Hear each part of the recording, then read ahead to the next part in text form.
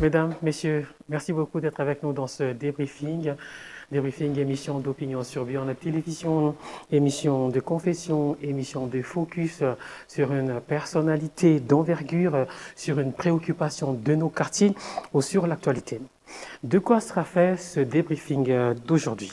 Des questions qui fâchent et des questions qui divisent. À quoi devrait-on s'attendre après ces remaniements du gouvernement? Quels sont les enjeux de ces changements? Y aura-t-il un dialogue? Un dialogue pour quel résultat? Comment envisager 2028? Qui sera candidat? Qui ne le sera pas? Y aura-t-il élection en 2028? Entre-temps, l'opposition bat le rappel des troupes pour ne pas aller au dialogue en ordre dispersé. Maki Mokeba le disait dans une vidéo sur les réseaux sociaux. Joseph Kabila, quant à lui, l'ancien président donc, convoque ses soutiens pour une rencontre dans un pays en Afrique subsaharienne, tandis que Ensemble de Moïse Katumbi est en conclave du 12 au 14 août en Belgique. Et pendant ce temps, à l'Union sacrée, le président s'est réuni autour du chef de l'État, Félix Tshisekedi, 2 fois en 2 semaines pour mettre en place des réformes de fond en comble, dit-on là-bas, tandis que les combats ont repris au front. Selon plusieurs sources, les Nations Unies ont même dénoncé d'autres massacres perpétrés par les rebelles. Au total, plus de 300 personnes tuées pour le seul mois de juillet. Et il y a également cette adhésion à l'AFC d'Infis Mbacha, ancien gouverneur du Congo central, qui fait grand bruit. Avec nous dans ce débriefing, Pati Katanga, président du MDC Maïmaï, Mouvement des citoyens Tendance Maïmaï. Il est également de la coalition de la gauche congolaise, plateforme de Jean-Marc Kabound. Une coalition anti-Tshisekedi, c'est ça? Tout à fait, oui. Nous sommes dans l'opposition, et même dans l'opposition radicale au régime de Félix Antoine Tshisekedi. Quand on dit que c'est l'opposition molle, vous y répondez quoi? Je ne sais pas, il faut qu'on nous démontre c'est quoi l'opposition forte, c'est quoi l'opposition molle. C'est le président de la République qui a créé les concepts opposition et APT. Mais l'opposition d'hier, que nous avons menée hier ensemble avec le président de la République actuelle, c'était l'opposition où on savait faire les jets de pierre. Qui n'était pas une partie de cette opposition-là n'était pas une opposition réfléchie, la preuve. Une partie de cette opposition-là a eu le pouvoir. Nous en sommes où aujourd'hui? Aujourd'hui, l'opposition doit être une opposition réfléchie qui présente une alternative au peuple congolais afin que les choses changent dans notre pays. Okay. Ceux qui en sont convaincus s'en tiennent au parcours de Jean-Marc Kabound, ancien secrétaire général de l'UDPS. Il a remplacé Bruno Mavunga à ce poste en 2016, puis il a sur l'intérim à la présidence du parti après la mort du président emblématique Étienne Tshisekedi en février 2017. Il est élu député national en 2019, puis vice-président de l'Assemblée nationale avant de tomber en disgrâce en 2022. C'est ce qui fait dire aux autres que bon, c'est trop beau pour être vrai. Avec nous également dans ce débriefing, il y a Henri Mutombo, écrivain et chercheur en fiscalité, cadre de l'Union sacrée, la plateforme présidentielle où, je l'ai dit, les réunions du président se multiplient. Alors, qui vous représente le plus au sein de ce présidium? Je veux dire, et qui porte le mieux la force du changement au présidium de l'Union sacrée? Merci beaucoup de cette invitation, Mamina. Et je salue mon compagnon de lutte d'une autre époque, Monsieur Pati Katanga, avec qui nous avions cheminé pendant de longues années à l'opposition, avant l'accession de Félix Tshisekedi au pouvoir. Et aujourd'hui, on ne sait pas parler, on ne peut pas parler d'alternative au sein de l'Union sacrée, de la nation, parce que pour la simple raison est que le mandat du président Tshisekedi court encore jusqu'en 2028 et cette question n'est pas encore à l'ordre du jour. Pourquoi? Parce que, évidemment, il y a, lors de la campagne électorale, il y a des promesses qui ont été faites au peuple congolais et pour lesquelles le président de la République se bat pour la matérialisation, tant mieux que mal, évidemment, parce que je sais que vous allez parler de certains sujets qui fâchent, puisque vous l'avez présenté à l'entrée de cette émission. Alors, donc, à l'heure actuelle, vous avez dit que le président a reçu à deux reprises à l'écart de 2 semaines, les sociétaires de l'Union Sacrée de la Nation, évidemment, c'est dans le but de consolider ce qui est déjà fait et aussi dans le but de resserrer les rangs au sein de l'Union Sacrée. Vous savez, un bon manager, c'est celui qui fait régulièrement de briefing. Donc, c'est évidemment dans cet ordre d'idée que les sociétaires de l'Union Sacrée ont été reçus par le président de la République. Pourquoi? Parce que évidemment, il faut qu'il y ait des textes qui régissent l'Union Sacrée de la Nation. Il faut préparer le Congrès. C'est une plateforme qui a apporté son soutien au président de la République pour son deuxième mandat, et donc c'est normal évidemment qu'il se voie assez régulièrement. Donc il y a pas de questions à se poser d'ordre d'une certaine diabolicité prononcée. Non, c'est normal que une plateforme politique ou électorale, que l'autorité de cette plateforme se voie régulièrement avec ceux qui composent cette même plateforme. Au cours de l'émission, vous allez peut-être répondre à mes premières questions et peut-être à celle-ci. Qui sont les faucons et qui sont les colombes au présidium de l'Union Sacrée? Difficile pour moi de répondre à une telle question parce que ça ressemblerait à une accusation ou à un exercice de dotation de points. Hein? On donne de bons points aux uns et des mauvais points, de mauvaises notes, si vous voulez, à d'autres. Non. Il est établi. Pas tout à fait, c'est juste des profils. Non, je n'ai pas reçu mandat, moi, où je ne travaille pas dans un institut de sondage pour connaître qui est bon dans l'Union Sacrée, qui ne l'est pas. Nous voyons, au regard des missions... C'est pas dans le sens de qui est méchant et qui ne l'est pas, c'est juste dans le sens de... tout le monde le sait, hein, il y a une sorte de guerre des clans autour du président de la République, et tout ça, on sait que ça se dessine autour des personnes qui l'entourent. Vous savez, Mamina, dans toutes les sociétés du monde, dans les partis politiques, dans les plateformes politiques, il y a toujours des cartels. C'est pas bien, évidemment, de cartéliser un groupe d'individus qui forment évidemment une équipe. Mais ça n'est pas de l'apanage de la RDC qui est des groupes d'intérêt au sein d'une même équipe, parce que les luttes pour le pouvoir ont commencé même dans le ciel. Rappelez-vous, si vous êtes chrétienne, la Bible dit quoi? Il y a eu guerre dans le ciel, le diable s'était révolté contre Dieu et Dieu l'avait précipité sur la terre. Donc, ça n'a pas commencé au Congo, ça a commencé même depuis l'éternité. Que ça soit en France, au Congo-Brazzaville, même avant Tshisekedi, même à l'époque de Mobutu, il y avait des clans des Ngbandi, des Mbouza, même autour de Tshisekedi, il y a eu des PES. Donc il y a toujours eu, évidemment, des cartels. Mais il faut que cela ne soit pas fait de manière prononcée. Il ne faut pas que cela constitue une pesanteur, ou si vous voulez, que ça puisse gripper la machine de telle enseigne que celle-ci n'ait pas la possibilité d'avancer. Oui, la guerre des clans et la guerre des leaderships, c'est souvent une grosse épine dans le pied. Première question, en fait, il y a ces changements au gouvernement, des avènements, des personnes capoutes et des permutations. Pati Katanga, c'est pour quelle priorité? D'abord, il faut répondre à la question, c'est quoi un gouvernement? Un gouvernement est là pour gérer les affaires de l'État dans les buts d'amener le peuple, dans notre cas le peuple congolais, vers un bonheur. C'est ça l'essence d'un gouvernement. Pourquoi à un moment donné, on fait le bilan et on décide de changer l'équipe du gouvernement? Parce qu'on constate des failles. On constate qu'il y a des domaines qui ne fonctionnent pas. On constate qu'il y a des antivaleurs qui ont élu domicile au gouvernement. Donc on prend la décision de faire un réaménagement ou alors de changer le Premier ministre ou alors de changer certains ministres. Ce qui est étonnant dans le cadre du Congo, notre pays, c'est d'abord, primo, la constatation que le président de la République ne respecte pas les Congolais. Le 25 juillet de cette année, ça c'est un peu fort, non? Le 25 juillet de cette année, au Conseil de ministres, le président de la République annonce Urbi et Torbi qu'il va procéder au remaniement du gouvernement et qu'il mettra en place un gouvernement resserré et un gouvernement d'ouverture. C'est le président de la République. Je ne suis pas radical, c'est le président de la République. Il va confirmer cette affirmation quelques jours après à la réunion de l'Union Sacrée. Qu'est-ce qu'on constate in fine? On constate qu'il nous présente un gouvernement éléphantesque. Il nous présente un gouvernement éléphantesque. 54. On n'a pas un gouvernement resserré. 54 personnes. Oui. Qu'est-ce qu'on constate?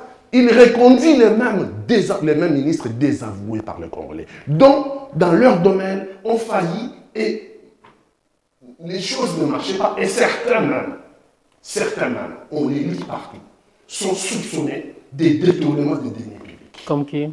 Non, je ne vais pas citer le nom.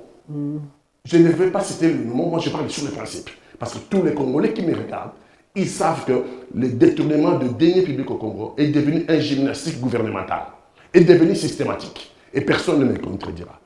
On reconduit les mêmes. Mais non, Mamina Massemo, vous voulez attendre quel résultat? Vous voulez attendre quel résultat?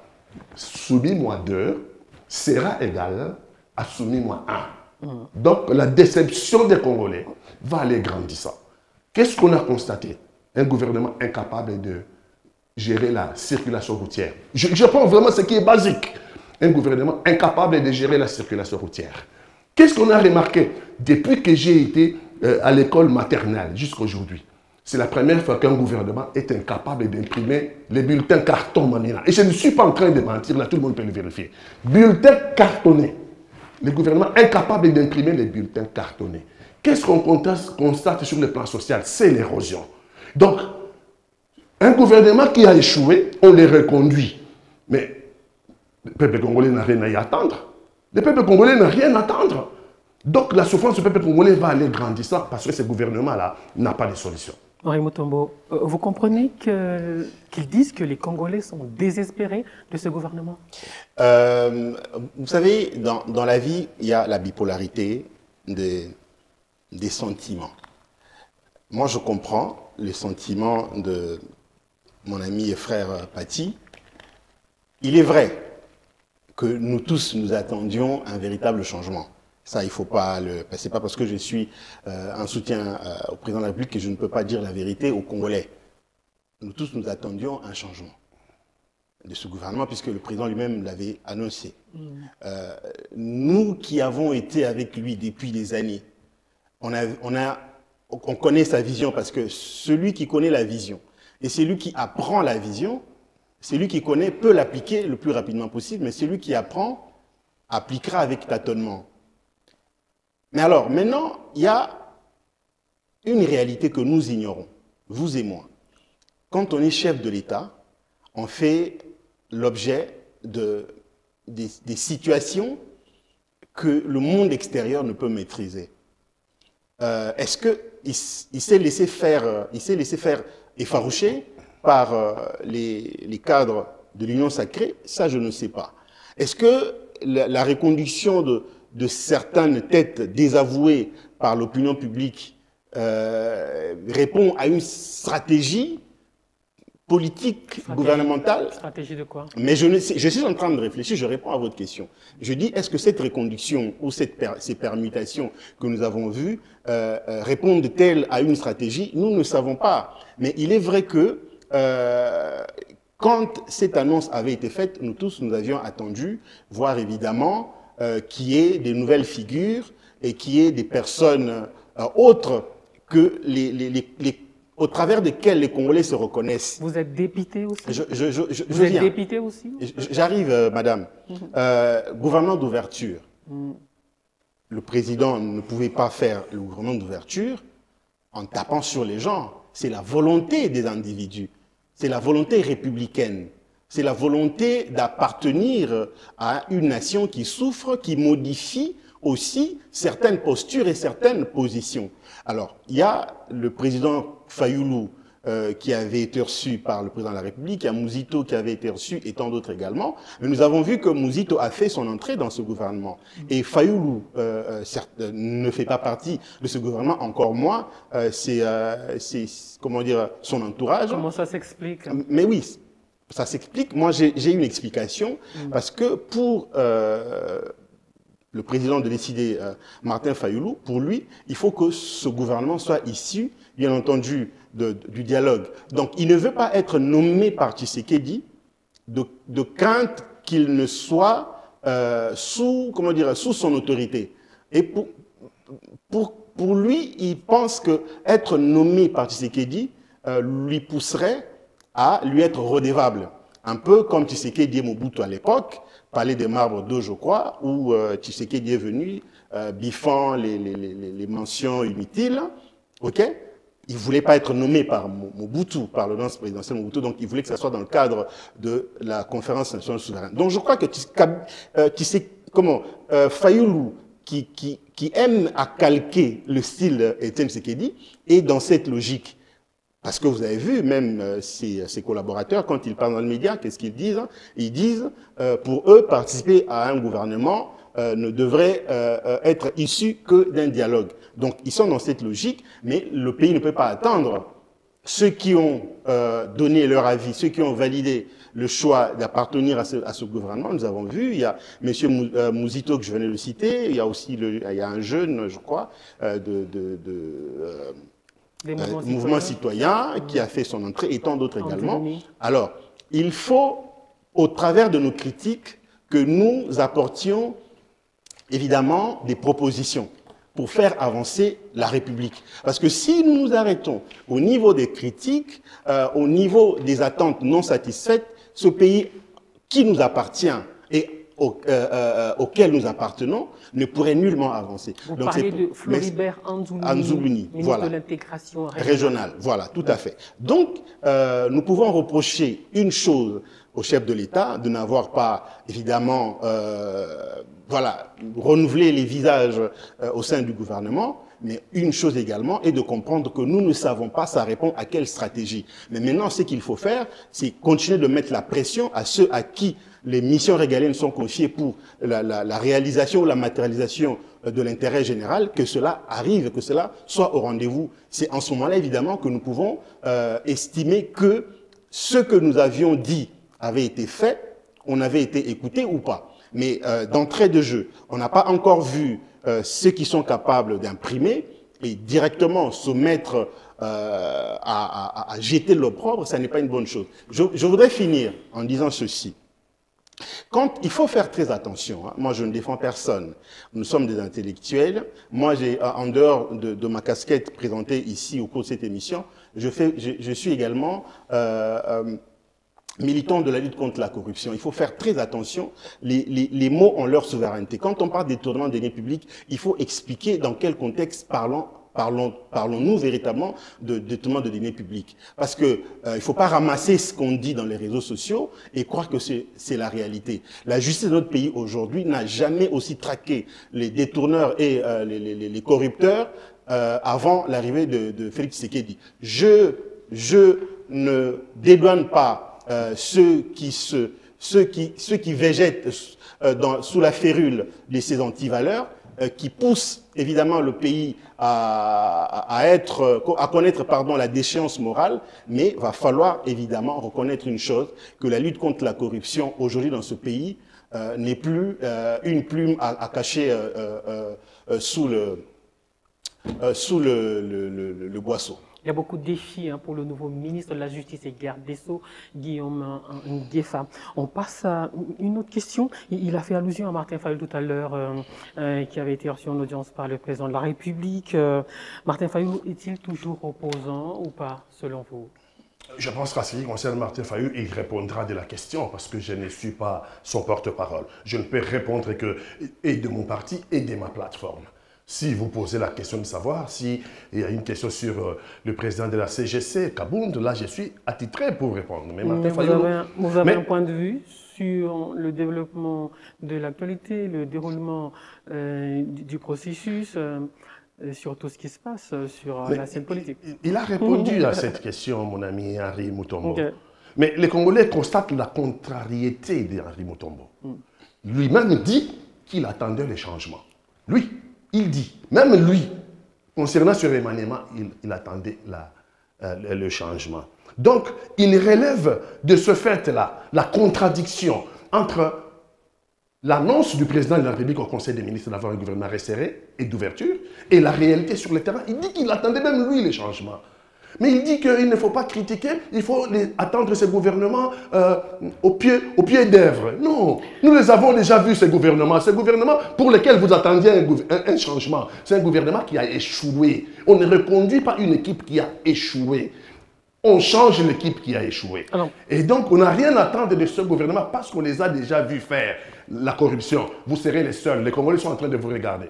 Vous serez les seuls à dire en face des Congolais que nous sommes un pays probe, d'une probité et morale, et que la corruption est combattue par le régime de Félix Antoine Tshisekedi. Je m'inscris en faux et je me répète, il n'y a jamais eu un système corrompu depuis que l'indépendance. Je m'assume de ce que j'ai dit. J'ai dit les Congolais qui nous regardent, tous les jours dans les réseaux sociaux, tous les jours dans les informations, tous les jours, ils ont, si ce n'est pas un détournement, c'est une fuite en avant. Donc, les détournements... Mais il y a également des procès, non? Il y a la corruption et les détournements ne s'est jamais bien comportés dans ce régime que depuis que nous avons acquis l'indépendance. Il y a également des procès. Des postes. Des procès. Des personnes poursuivies en justice pour détournement, pour malversation. Mais un coup de pied dans l'eau, madame. Oui, on a envoyé Moutamba. Mais Moutamba révèle un certain nombre de choses. Frivao, l'argent est où? L'argent de ceux qui sont morts à Kisangani. Vous comprenez la déchéance morale de ce gouvernement. La déchéance morale. On est capable même de détourner l'argent de ceux qui sont morts, les victimes. Quand j'étais gamin, pardonnez-moi, quand on détournait l'argent, il y a Matanga, on disait qu'on était maudits. Et aujourd'hui, on a Moutamba fait un certain nombre de révélations. Et on refuse que ces gens-là dénoncés par Moutamba viennent s'expliquer devant la cour. Donc, la corruption ne s'est jamais autant bien comportée ici depuis l'indépendance. Martin Fayoulou est l'opposition. Nous remarquons qu'il n'y a pas d'ouverture. Mais parce que Henri, encore mon ami, merci, il vient de le dire. Martin Fayoulou attendait qu'il y ait un dialogue global, intercongolais, pour qu'à l'issue de ces dialogues, on puisse y avoir un autre cadre politique dans lequel on peut avoir un nouveau Premier ministre pour conduire les affaires de l'État. Ça n'a pas été le cas. Union Sacrée a cherché un débauchage. Ils ont débauché les proxys. Aussitôt depuis un moment, tout le monde sait qu'il était le proxy du pouvoir, prépositionné dans l'opposition. Maintenant, il est rentré dans le camp dans lequel il devait être. Mais quant aux autres, là, on ne les a jamais connus dans l'opposition. Peut-être qu'ils sont société civile. Comme qui? Moi, je ne sais pas, vous avez cité... moi, je n'ai pas à les citer. Moi, les opposants, je le connais. Jean-Marc Abound, c'est un opposant. Vous l'avez cité ici. Il a quitté les privilèges, Jean-Marc Abound. C'est rare, hein? S'il avait décidé de rester au pouvoir, certainement lui aussi aurait eu des immeubles aujourd'hui. Hein? Il aurait eu des immeubles. Hein? Mais il a, à un certain moment, décidé non seulement de quitter les privilèges, mais de dénoncer ce privilège-là. Okay. Donc, tout a son avantage. Henri Mutombo, un remaniement pour gagner le temps. Y aura-t-il dialogue ou pas? Non. Moi, la question que tout le monde se pose. Madame Mamina Massengo, j'aime bien le dire, je vous regarde droit dans les yeux, je parle à votre âme et à toutes les âmes qui nous suivent. Un pays fonctionne sur base des textes légaux. Et dans ces textes légaux, on prévoit évidemment la mise en place d'un gouvernement qui dirige le pays. Donc, on ne peut pas conditionner l'avancée de la République par des humeurs ou les agendas des gens. Donc, le président de la République avait prévu, évidemment, modifier l'ossature, le visage du gouvernement. Il l'a fait. Bon, il peut émettre ses critiques. Il y a, par exemple, M. Ngefa, hein, le ministre de la Justice, un monsieur qui a une grande carrière internationale, qui a fait ses preuves, et ce monsieur, aujourd'hui, il arrive à la tête d'un ministère régalien où il y a beaucoup d'attentes, évidemment, dans le cadre de la transformation du visage même de la justice et de toute la République. Donc, dialogue, le président de la République, quand il avait reçu les prêtres et les pasteurs de l'ECC, qui étaient venus lui faire le rapport de leur périple contesté, bien sûr, il avait dit qu'une équipe de la présidence va joindre celle de l'ECC Synco pour préparer ce dialogue. Alors, la marche de la République va-t-elle s'arrêter au seul besoin d'organisation d'un dialogue? Pas du tout. Donc, le dialogue, s'il doit avoir lieu,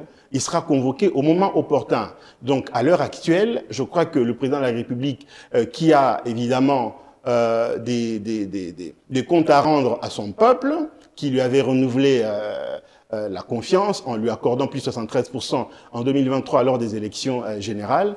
Et donc, il a évidemment des choses à accomplir. Paty ne va pas parler ici, je sais qu'il va se la becter, il ne va pas parler de la distribution de richesses. Quand on vous parle de la gratuité de l'enseignement primaire, madame, ça c'est la redistribution de richesses.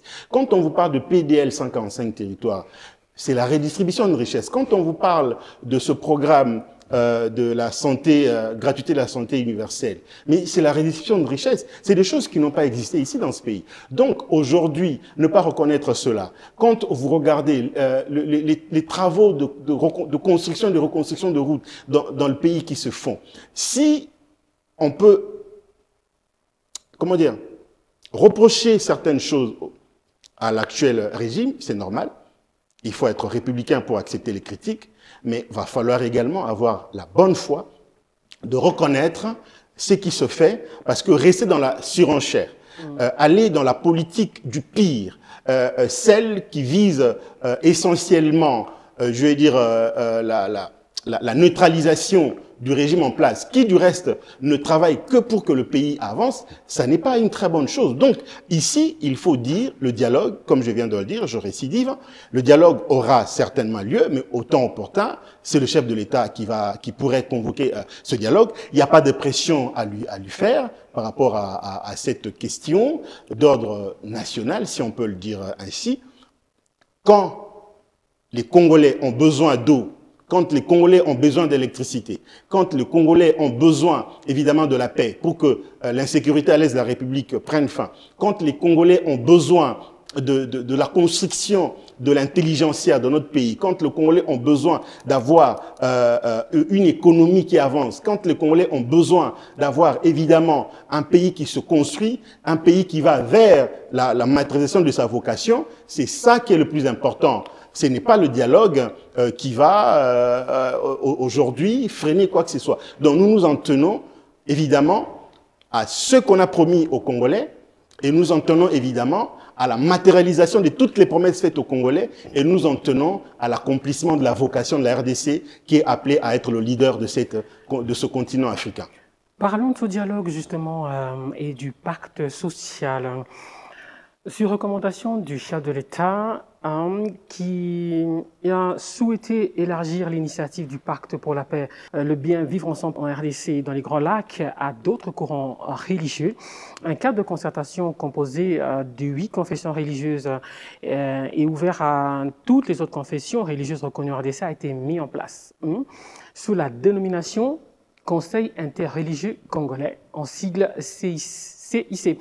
Et ils ont travaillé justement sur ce que les autres religieux avaient déjà commencé. Et il y a eu ces constats principaux devant la presse. Donc, ces responsables ont parlé et voici ces constats élaborés par leurs experts. Il y a polysémie de certains termes clés, notamment pacte social et Grands Lacs, générant ambiguïté et risque de confusion stratégique, absence de la reconnaissance claire de l'agression de la RDC par le Rwanda sous couvert du M23, déséquilibre géographique dans l'analyse sécuritaire centrée sur l'Est au détriment d'autres foyers de tension, absence de reconnaissance explicite des acquis constitutionnels fondamentaux, inviolabilité des frontières, légitimité de l'ordre constitutionnel et rôle du chef de l'État.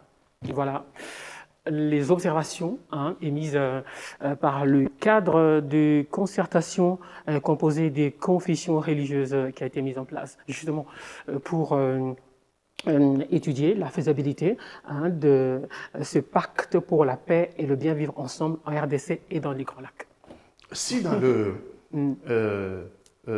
pré-dialogue, si dans le travail qui est fait par les experts et qu'on relève un certain nombre de choses qui ne sont pas correctes, je pense, moi, à mon humble avis, ils sont en train de nous dire, c'est au dialogue lui-même de corriger ces incohérences. Et pour nous, politiques, c'est la quintessence du dialogue. Henri est en train de dire, le président de la République a besoin de gérer la République, il a été élu. N'y a-t-il pas de préalable à ce dialogue? Évidemment, il y a des préalables pour l'opposition. Évidemment, il y a des préalables. c'est la libération des prisonniers d'opinion et de prisonniers politiques. Ça en est un préalable. Il y a préalable pour nous, ça veut dire la sécurisation des acteurs qui vont être au dialogue. Donc il y a un certain nombre de préalables qui arrivent. Le travail fait par les experts viendra au dialogue pour être corrigé par les dialogues lui-même. Mais les dialogues, c'est pourquoi? Mais regardez notre pays. Félix Antoine Tshisekedi, au 24 janvier 2019, oui, ce pays était entier, avec ses problèmes, certes. Mais aujourd'hui, nous avons un pays morcelé. Il est le président de la République, mais quelle République? Oui, la République, elle est dans la rue, mais la République, elle est morcelée. Regardons les Congolais en face. Et il faut nous dire que nous sommes Congolais. C'est notre pays. Notre pays est plus que menacé, plus que jamais alors, des morcellement. Il est temps que, en vertu des incohérences de ce régime, en vertu des problèmes depuis 1960, que les Congolais se mettent ensemble en vue de rétablir l'intégrité territoriale, de rétablir la cohésion nationale. Le problème est politique, il n'est pas d'ordre juridique, parce qu'on ne peut pas laisser comme ça, oui, jusqu'en 2028. 2028, le pays est conduit par un ordre juridique qui m'attendait. 2028, les élections, vous allez le faire où? Si vous n'avez pas le nord et le sud qui font. Si vous avez des menaces multiformes, même ici à l'ouest, il y a un bus qui avait été enlevé par le Mobondo la semaine passée. Même à l'ouest ici, vous pensez que le problème c'est seulement à l'est. Non, même à l'ouest, un bus a été enlevé. On a dépouillé les passagers de ces bus la semaine passée et les images sont en circulation. Notre pays a des problèmes récurrents. Si nous aimons ce pays qui est en train de subir les risques de son effondrement, nous devons être capables de nous regarder dans les yeux dans un dialogue inclusif entre tous les Congolais, opposition politique, opposition armée, l'union sacrée, la société civile.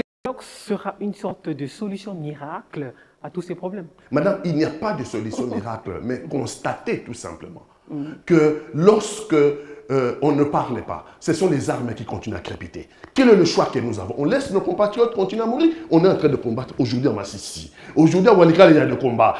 Non, nous ne voulons plus que les sangs coulent. C'est pour ça que tous les Congolais doivent se mettre autour d'une table et se parler en face. Nous avons constaté aussi que le seul dialogue qui a amené un semblant de paix, mais c'est le dialogue intercongolais de San City.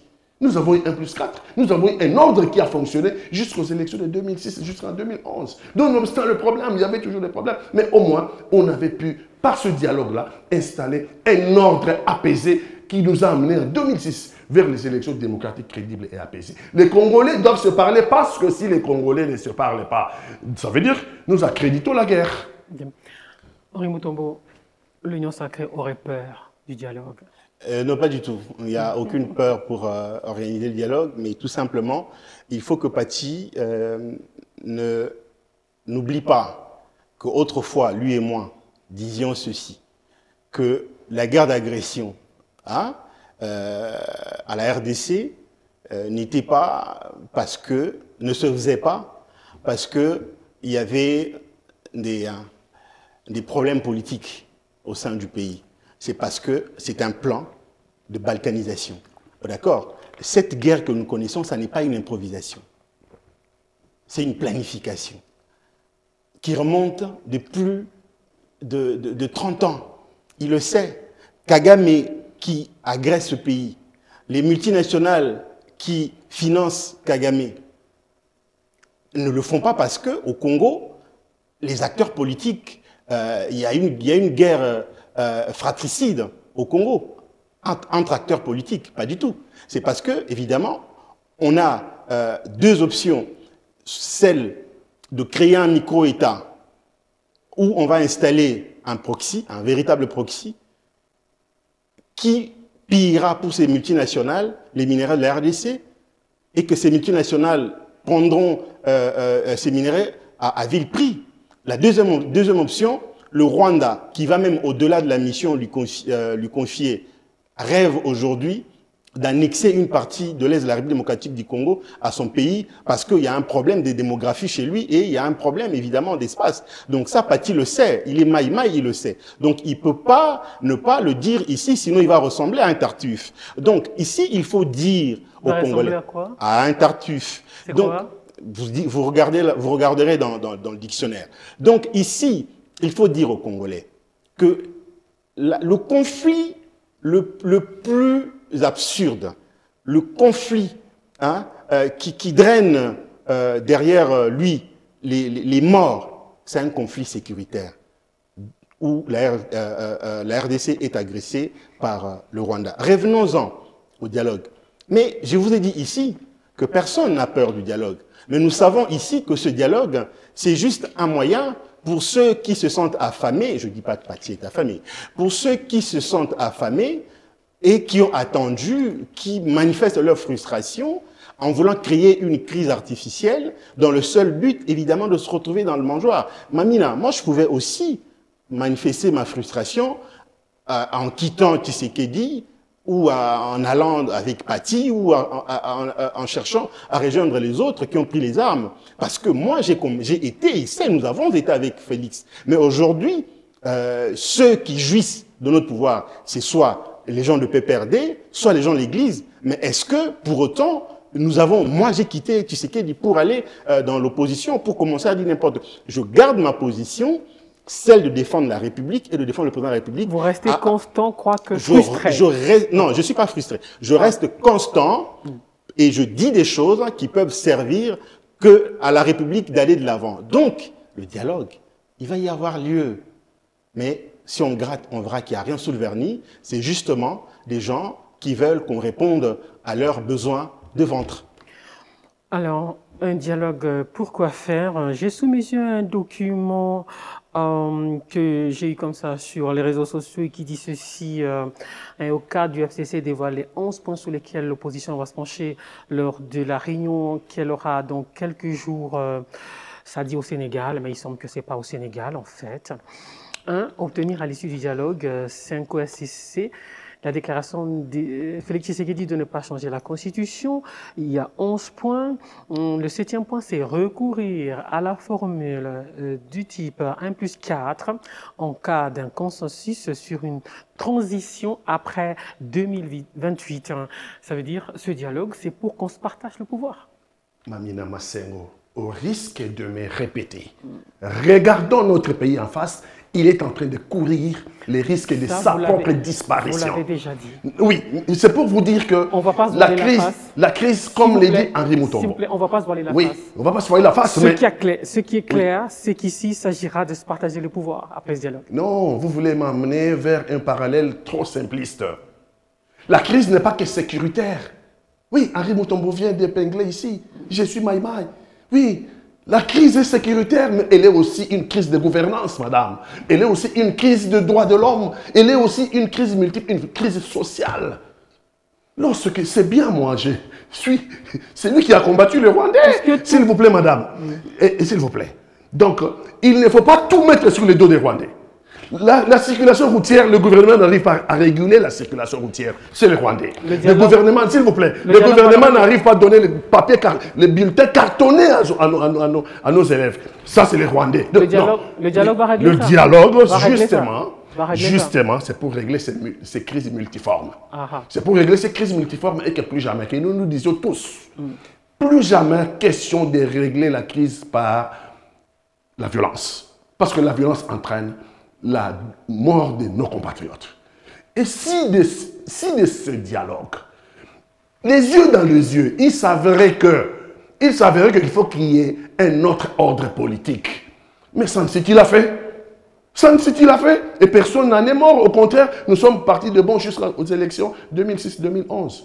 Donc, il ne faut pas donner aux Congolais l'image que ils veulent aller partager le pouvoir. Ils veulent aller partager le pouvoir. Mais le pouvoir n'est pas la propriété d'un individu. Ce n'est pas la propriété de Félix Antoine Tshisekedi, le pouvoir. Il nous reste 5 minutes à vous entendre parler. C'est comme si dans tous ces pays où il y a des problèmes de gouvernance et de crise sécuritaire, il faut qu'il y ait des dialogues à tous les coups. Ce pays-là ne court pas les risques de disparition. Le nôtre court les risques de disparition. C'est ça la différence. Henri Mutombo, comment envisager 2028? Qui sera candidat et qui ne sera pas candidat? Il ne faut pas qu'on prête les flancs à ceux qui pensent que pour que nous allions bien, il faut qu'on nous mette ensemble et qu'on discute. Il ne faut pas qu'on prête les flancs à ceux qui ont minutieusement planifié le démantèlement, la désintégration, le désengage même de cette nation. Pourquoi? Pour dire que évidemment, il devrait jouer un rôle éternel au chevet des Congolais. Il va falloir que nous puissions grandir et que nous puissions acquérir la maturité. 2028 arrivera, Madame Mamina Massengo, nous devons être patients. Celui qui succédera à Tshisekedi sera révélé un jour. Ça peut être Pati, ça peut être vous, ça peut être moi, ça peut être n'importe qui. Donc, il va falloir attendre, ne pas mettre la charrue devant le bœuf. Peut-être même qu'il n'y aura pas d'élection parce que déjà, on envisage une formule de type 1+4 en cas de consensus pour une transition après 2028. Mais c'est ça ce que j'appelle, moi, la politique embryonnaire des Congolais. Nous restons immatures. Parce que l'ordre politique, le contrat, le pacte social, notre constitution, en ce moment-là, on va l'enterrer. Ceux-là même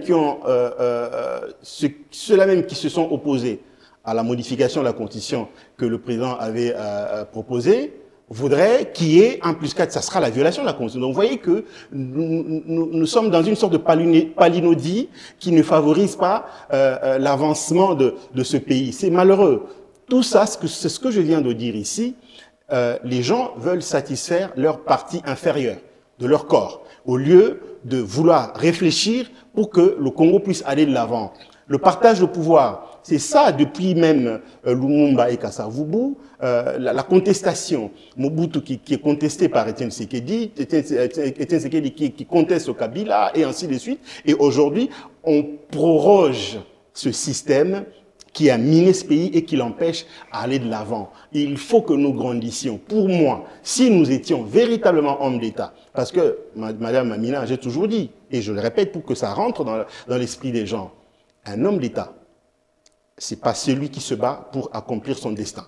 Un homme d'État se bat pour accomplir le destin de la République. C'est quand le destin de la République s'accomplit, qu'en ce moment-là que son propre destin s'est accompli. Malheureusement, ici, nous avons affaire à des gens qui se battent pour pouvoir évidemment se donner une image d'homme riche au travers de la politique, de se donner l'image d'homme fort au travers de la politique, alors que la politique ne doit servir que le peuple. Malheureusement, ceux qui prétendent, si vous permettez, je vais finir par là, ceux qui prétendent servir le peuple ne le font que par la gesticulation. Mais en réalité, au fond de leur cœur, ils le font, ils se battent pour pouvoir évidemment s'enrichir, laisser leur nom sur les annales de la RDC en tant qu'ancien dignitaire qui possède des villas en Europe, aux États-Unis, au Congo, et avoir eu les femmes. La politique des 3 F, fonction, femme, fortune, malheureusement. Pati Katanga, on termine par cette question, ça sera votre conclusion, autant qu'il vient de le faire. Comment envisager 2028? Qui sera candidat et qui ne le sera pas? C'est mettre la charrue avant le bœuf. Parce que 2028, dans quel pays et dans quelle configuration politique? Notre pays est morcelé. Nous posons déjà la question de 2028. Est-ce que le Congo existera en 2028 dans sa forme actuelle? Ben, bien sûr. Voilà pourquoi nous sommes factuels et nous sommes réalistes. Il faut remettre l'intégrité territoriale du Congo en place. Avant les élections. Mais oui, mais parce que vous allez aller enrôler comment à Bukavu et à Goma? Vous allez faire les élections comment dans la partie occupée? Mais regardons-nous en face, non? Et 2028, c'est le deuxième et dernier mandat du président de la République qui arrivera à la fin. OK? Normalement, dans des situations normales, nous devrions avoir des élections présidentielles et consorts. Mais j'ai remarqué que factuellement, nous avons des problèmes. Nous sommes en 2025. C'est pour ça que nous disons, à l'initiative des prêtres et des protestants, il est urgent que nous nous mettions ensemble pour non seulement rétablir la paix, rétablir la cohésion nationale, mais aussi l'intégrité territoriale de notre pays. Ce sont des conditions qui permettront, en 2028, qu'il y ait des élections démocratiques, crédibles et apaisées. Alors, votre coalition serait prête à répondre à l'invitation lancée par l'ancien président Joseph Kabila? Mais les invitations, c'est dans les réseaux sociaux. Hein. Je pense que ce sont des tracts qu'on jette dans les réseaux sociaux. Nous, la CGC, Nous n'avons jamais été associés à une réunion quelconque. Ces services de communication que j'ai eu au téléphone avant de monter sur ce plateau ont confirmé qu'il y a bel et bien une rencontre prévue en Afrique. Et à cette rencontre sont invités les opposants. Très bien. Si vous avez la confirmation de ces réunions-là que nous n'avons pas, et donc j'ai dit nous n'avons pas été associés. Nous sommes en politique. Nous n'avons pas été associés à ces réunions. Nous ne rejetons pas l'opposition politique, mais nous disons nous n'avons pas été associés à ces réunions des peurs que nos compatriotes, ce sont eux qui nous intéressent, les peuples congolais, de peur de créer un doute dans la tête des Congolais, que nous serions, nous, la CGC, le pro-rébellion. Non, nous ne sommes pas des pro-rébellion. Nous sommes pour la solution de rétablir... Eux, c'est l'opposition armée, vous, c'est l'opposition... C'est vous qui le dites. Mais eux se disent qu'ils ne sont pas opposition armée, ils sont opposition politique. Mais moi... Au moins, c'est clair et net, je vais sortir de ce studio, je ne vais pas aller tuer les Congolais. Et donc, je dis, si c'est l'opposition politique, nous sommes ensemble, mais pas dans... Nous sommes dans l'opposition au régime de Félix-Antoine Tshisekedi. Mais nous ne sommes pas dans l'opposition contre la République démocratique du Congo. Et donc, nous n'avons pas été associés, et donc, nous n'avons pas d'invitation, et par conséquent, notre peuple risquerait de considérer que cette invitation, si nous y répondions, serait mal perçue par notre peuple. On a compris. Et donc nous n'irons pas. Justement, on a plus 2 minutes pour nous. 2 secondes. Il ne faut pas diluer la gravité de l'abominable démarche que les gens font en disant opposition armée. C'est des criminels. C'est des rebelles, des gens qui se sont soulevés contre leur pays. À la tête, c'est l'ancien chef de l'État, qui est un criminel et qui a renié, d'accord, le sens même de l'homme d'État qu'il était pour vouloir renverser les institutions légalement établies. Donc, j'ai appris que ça se passera au Sénégal. Si le Sénégal accepte d'accueillir un groupe d'individus qui ont pris les armes, ça veut dire que le pays de Cheikh Anta Diop, le pays de Abdou Diouf, le pays de la démocratie en Afrique. Ça veut dire, nous allons dire que le président Diomaye Faye a renoncé aux valeurs du panafricanisme. Et donc, ces personnes qui n'ont pas été patients, parce que pour eux, la RDC est un butin de guerre, et qu'il fallait à tout prix que ce soit eux qui dirigent le pays et pas d'autres personnes. Et pour cela, ils ont pris les armes parce qu'ils ont quitté le pouvoir. On ne peut en aucun cas s'attendre à quoi que ce soit de la part de ces gens. Et donc, moi, je vais conseiller à Pati.